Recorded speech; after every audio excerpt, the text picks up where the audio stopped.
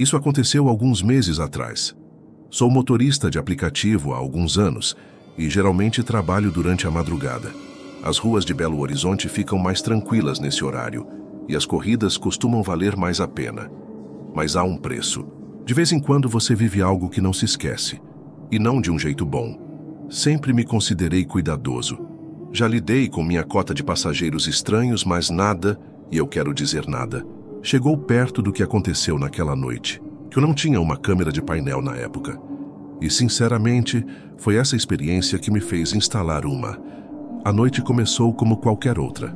Apenas eu e os sons do meu velho Corsa 2005, que, apesar de surrado, nunca me deixou na mão. As ruas da região do Barreiro estavam desertas, exatamente como eu gosto. Por volta das 2 da manhã, recebi uma solicitação de carona de uma loja, de conveniência na Avenida Tereza Cristina. Parecia inofensivo, mas por algum motivo senti um aperto no estômago.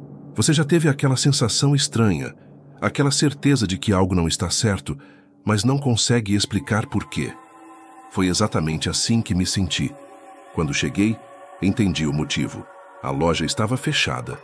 Todas as luzes apagadas. Não, havia um único carro no estacionamento.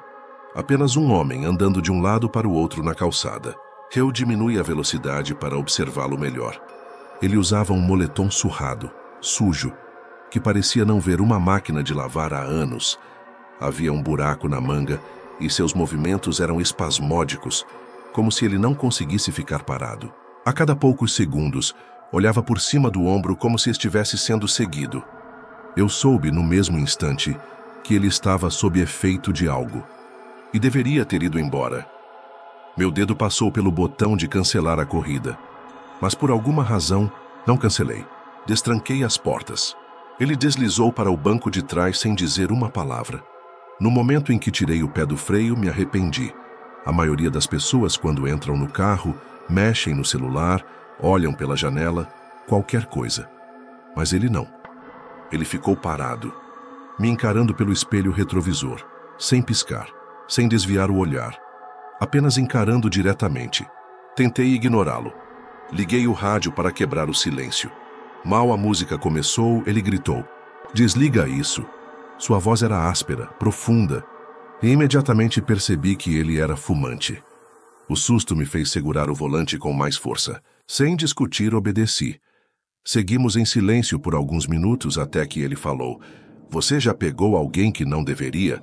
A pergunta me atingiu como um tijolo. Dei uma risada nervosa. Espero que não. Tentei manter a leveza. Ele não riu. Apenas recostou no banco e murmurou algo para si mesmo. Palavras que não consegui entender. Depois começou a falar sobre como costumava ser motorista de aplicativo. Contou que parou porque uns punks roubaram coisas do carro dele. Ele arrastava as palavras, sua fala era estranha, e o tempo todo sorria. Um sorriso perturbador.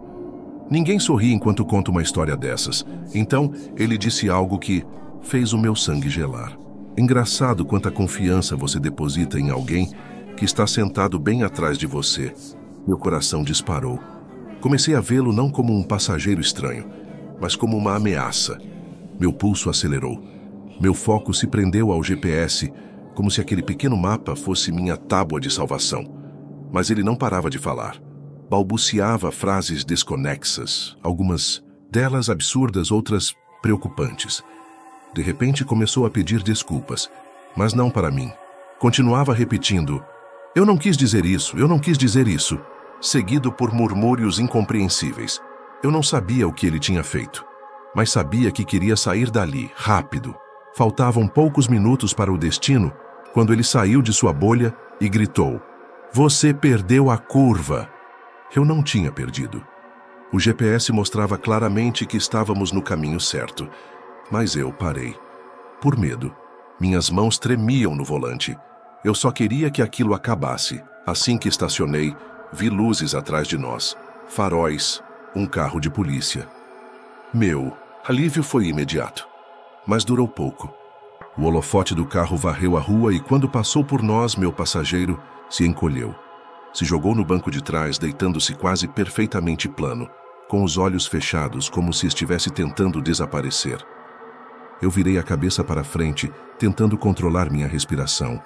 Ele ficou assim por um tempo, até que levantou a cabeça, me olhou nos olhos pelo espelho e disse com a voz baixa e assustadoramente calma: "Você teve sorte." Então, antes que eu pudesse reagir, abriu a porta e sumiu na escuridão. Eu desliguei o aplicativo. Fui para casa. Não consegui mais dirigir naquela noite. 2 semanas depois, me deparei com uma notícia que fez meu estômago revirar. Na mesma noite em que peguei aquele passageiro, uma loja de conveniência, a apenas 2 quadras de onde o busquei, foi assaltada. Nunca soube se foi ele. Mas algo dentro de mim tem certeza que sim. E saber que estive a poucos centímetros de alguém capaz de qualquer coisa me dá calafrios até hoje. Meu filho George sempre teve os amigos mais estranhos. Não sei porquê, mas desde pequeno, ele sempre atraiu crianças que poderiam ser consideradas diferentes. Tenho muitas histórias sobre isso, mas uma, em especial, me marcou profundamente. George estava na 4ª série quando nos mudamos para São Paulo devido à transferência do meu marido. Como ele sempre foi uma criança extrovertida e amigável, meu marido e eu não nos preocupamos com sua adaptação. Ele rapidamente fez amigos e tudo parecia correr bem. Meses depois, recebi uma ligação da escola no meio do dia, pedindo que um dos pais comparecesse para discutir um incidente entre George e outro aluno. Meu marido estava no trabalho, então fui sozinha. Lembro-me de sentir uma mistura de raiva e confusão. George nunca foi de se meter em brigas, então aquilo me pegou de surpresa. No caminho para a diretoria, perguntei a ele o que tinha acontecido, mas ele permaneceu em silêncio, algo completamente fora do seu normal. O diretor me recebeu e começou a fazer perguntas sobre George. Como era seu comportamento em casa, se era obediente, respeitoso. Eu não tinha nada além de elogios a fazer, pois ele sempre foi um menino exemplar. Só depois o diretor explicou o motivo da reunião. George teria agredido um colega chamado Sebastian durante o recreio. Fiquei chocada. Segundo o relato, os 2 estavam voltando juntos para a sala quando George, do nada, tirou uma borracha do bolso e bateu na cabeça de Sebastian, derrubando-o no chão. Era totalmente fora do caráter do meu filho agir assim. Eu já tinha ouvido George falar de Sebastian antes, sempre com carinho, como se fossem amigos. O diretor informou que ninguém viu o que aconteceu, mas que ambos os meninos contaram a mesma história. Ele me tranquilizou dizendo que George não estava em grandes apuros, apenas queria me deixar ciente do ocorrido. No caminho para casa, George continuou calado. Somente antes de dormir, ele decidiu se abrir. O que ele me contou fez minha pele arrepiar. Segundo George, eles estavam brincando de faz de conta, mais especificamente de Street Fighter. Sebastian sugeriu que George usasse a borracha como um golpe final. George, sem pensar muito, fez o que o amigo pediu. O inesperado veio depois. Sebastian caiu no chão e começou a gritar como se estivesse gravemente ferido. Antes que alguém chegasse, ele sussurrou para George que, se não fingisse que o atacou, algo ruim aconteceria com ele. Com medo, George confirmou a história falsa. Eu estava indignada. Meu filho foi manipulado e acusado injustamente. Em vez de ir à escola novamente, decidi resolver isso diretamente com a mãe de Sebastian. Liguei para ela, uma mulher chamada Maggie. Para minha surpresa, ela foi extremamente gentil e já estava ciente da verdade. Disse que Sebastian tinha alguns problemas de comportamento e que já o havia repreendido. Ela então sugeriu uma festa, do pijama, para que os meninos se reconciliassem. A ideia parecia boa e aceitei.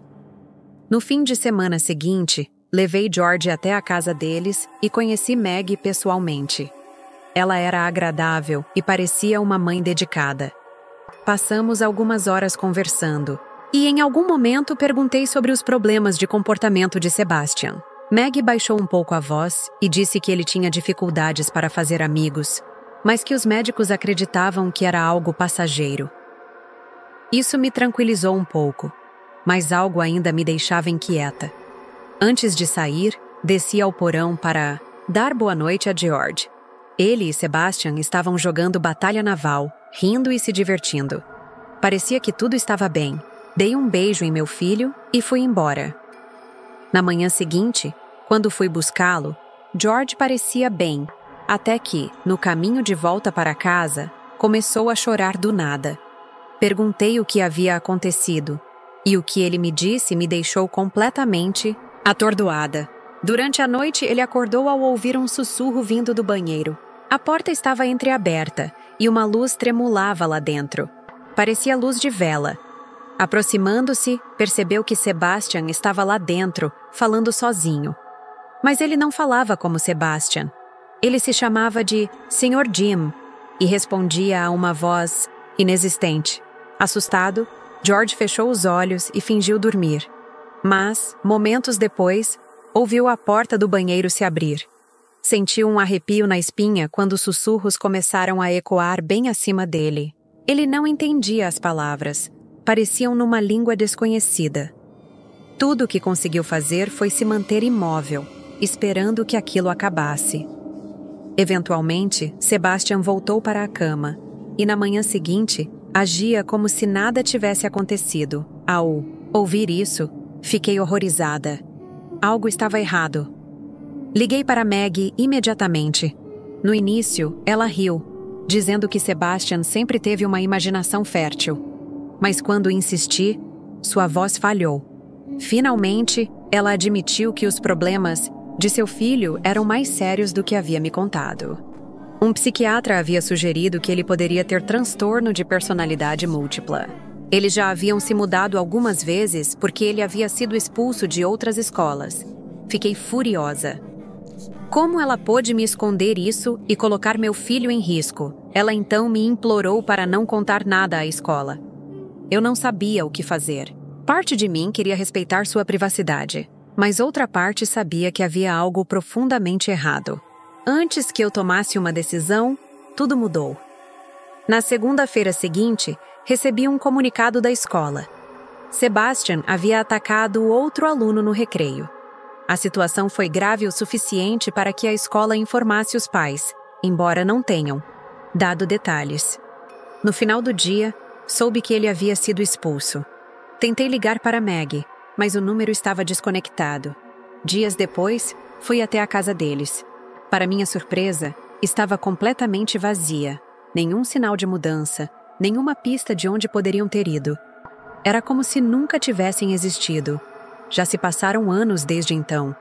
George seguiu sua vida sem grandes traumas, mas eu nunca esqueci o que aconteceu. Até hoje, me pergunto, o que realmente aconteceu naquela noite no porão? O que meu filho viu? E principalmente onde Sebastian está agora? Gostaria de começar dizendo que levo uma vida bem tranquila e racional. Então tenho certeza de que o que vi e ouvi na última véspera de Ano Novo não foi fruto da minha imaginação ou do álcool. Foi real. Moro nos arredores de uma cidade, no interior de São Paulo, e alguns dos meus amigos vivem em áreas mais afastadas, que só são acessíveis por aquelas estradas secundárias escuras e mal cuidadas. Um dos meus amigos, Daniel, mora com a família em um condomínio fechado, um dos mais luxuosos da região, que só pode ser acessado por uma dessas estradas escuras e sinuosas. Todo ano, a família de Daniel dá uma festa de Ano Novo e convida amigos e familiares. Eu sempre fico animado ao receber o convite. O verão no Brasil pode ser quente, mas naquela virada de ano o tempo virou de repente, e uma frente fria derrubou as temperaturas. A estrada para a casa de Daniel era cheia de curvas e cercada por uma densa mata, tornando a viagem desconfortável. Normalmente não uso o farol alto porque odeio quando motoristas me cegam com os deles, mas naquela noite não tive escolha. A escuridão era total. A única construção entre a saída da rodovia e o condomínio de Daniel era uma velha chácara aparentemente abandonada. Algumas vezes, ao passar por lá, notei luzes acesas em seu interior, embora nunca tenha visto ninguém. De fato, enquanto dirigia por um trecho mais reto da estrada, algo branco chamou minha atenção entre as árvores. Me aproximei e percebi que era uma mulher parada na beira da estrada. Ela não se mexia, apenas olhava para a floresta, imóvel. Vestia um longo vestido branco, completamente inadequado para o frio daquela noite. Fiquei aliviado por ela não ter se jogado na frente do carro e segui meu caminho. Mas, alguns metros depois, algo me inquietou. Será que ela precisava de ajuda? Talvez fosse outra convidada indo para a festa. Olhei pelo retrovisor e vi, no reflexo das luzes traseiras, que a mulher havia virado lentamente o corpo em minha direção, como se me observasse partir. Um arrepio percorreu minha espinha. Cheguei à casa de Daniel por volta das 20h. Estacionei no pátio de cascalho entre os outros carros. A festa foi ótima, como sempre. Brindamos à meia-noite, e conforme a madrugada avançava, os convidados começaram a se dispersar. Fiquei um pouco mais para ajudar a limpar, como de costume. Quando saí, já passava das 3 da manhã, e meu carro era o único restante na frente da casa. Ao ligar o motor, um alerta de baixa pressão dos pneus apareceu no painel. Meu carro é antigo, então não especificava qual pneu estava com problema. Como sempre acontece quando a temperatura cai repentinamente, imaginei que conseguiria chegar em casa sem dificuldades. No entanto, antes de partir, lembrei da mulher na estrada. Ainda estaria lá, havia outra rota alternativa que eu poderia pegar para evitar aquele caminho, mas isso acrescentaria mais 20 minutos ao meu trajeto. Não queria prolongar a viagem, então decidi seguir pelo mesmo caminho. Foi um erro. Poucos minutos depois, percebi que algo estava estranho. Ouvi um som metálico raspando contra o asfalto, e o carro começou a perder velocidade. Encostei no acostamento e murmurei um palavrão. Respirei fundo e decidi sair para verificar os pneus. Desliguei o motor, e no mesmo instante fui engolido pela escuridão. Com a lanterna do celular, examinei os pneus e senti meu estômago revirar. Todos os 4 estavam rasgados, como se algo os tivesse destruído com garras afiadas. Como aquilo era possível? Uma estrada esburacada poderia causar danos, mas não daquele jeito. Isso foi intencional. Um silêncio pesado tomou conta do lugar. O vento parou. Os galhos das árvores ficaram imóveis. Até mesmo os insetos silenciaram. Eu nunca tinha experimentado um silêncio tão absoluto. Um galho se quebrou dentro da mata, e meu sangue gelou. Alguém, ou algo, estava ali. Apaguei a lanterna e prendi a respiração. O farfalhar das folhas continuou. Não era um animal. Então, ouvi a voz. Eu vejo você. Meu corpo inteiro congelou. A voz era feminina, baixa e suave, mas sem qualquer emoção. Ela vinha de algum ponto escuro entre as árvores, a poucos metros de mim. Então, a voz falou de novo. Você pode me ver? Minha mente entrou em pânico. Liguei rapidamente a lanterna e apontei para a mata. Lá estava ela, a mulher do vestido branco. Só que agora pude ver seu rosto. Seu vestido estava sujo, manchado de algo escuro. A pele era extremamente pálida, os olhos fundos e vazios. Seu cabelo desgrenhado caía até os cotovelos. O pior de tudo era seu rosto. Faltava metade do maxilar inferior, deixando sua boca em um sorriso grotesco e deformado. Eu não pensei. Apenas corri, ignorei o carro e disparei de volta para a casa de Daniel. A velha chácara abandonada estava mais próxima, mas a ideia de que aquela mulher poderia morar lá me fez correr ainda mais rápido. Eu ouvia os galhos quebrando atrás de mim. Ela estava vindo. Corri como nunca até finalmente alcançar a casa e bater desesperadamente na porta. A mãe de Daniel atendeu, assustada ao me ver naquele estado. Expliquei tudo para eles e aceitei a oferta de passar a noite ali. A polícia foi chamada e prometeram investigar. Quando amanheceu, fomos até meu carro. Encontraram algo que me fez perder o fôlego. Uma faca enferrujada no chão, próximo ao veículo. O mais perturbador? Um dos amigos da família de Daniel mencionou ter visto, na noite anterior, uma mulher de branco andando do lado de fora da casa, mas assumiu que era apenas um convidado. A polícia investigou a chácara, mas não encontrou ninguém. Apenas carcaças de animais mutilados espalhadas pela mata ao redor. A mulher nunca foi encontrada. Ainda vou para a festa de Daniel neste ano novo. Mas desta vez, pegarei um caminho mais longo.